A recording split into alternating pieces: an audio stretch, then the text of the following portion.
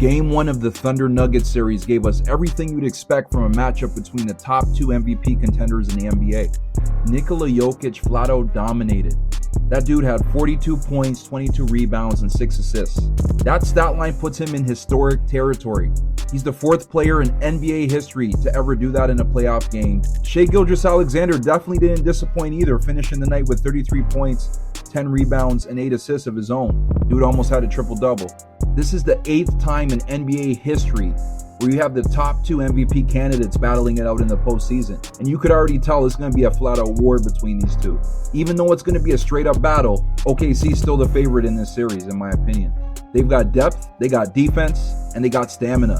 And we got to give our props to Mark Daigneault because he's developed the bench all season long, and it shows. So he could just keep throwing people out there, and they're able to keep high intensity for the whole game. A possible issue for Denver is they're too reliant on their starters.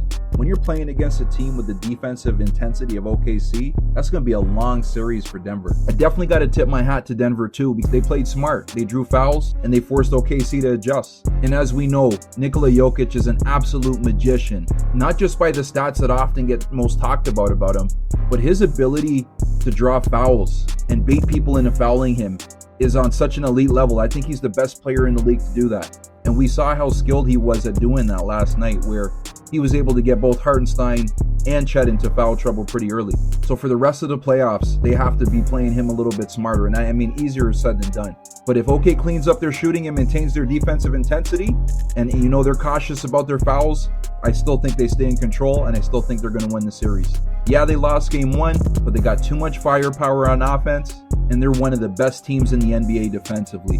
So I got OKC winning this series, but don't get it twisted. It's going to be an absolute dogfight between those two squads. That's just my take on this series, but let me know what y'all think about this series. You think it's going to come down to OKC or Denver? Who's taking it? Let us know in the comments, and please don't forget to like, share, comment, and subscribe.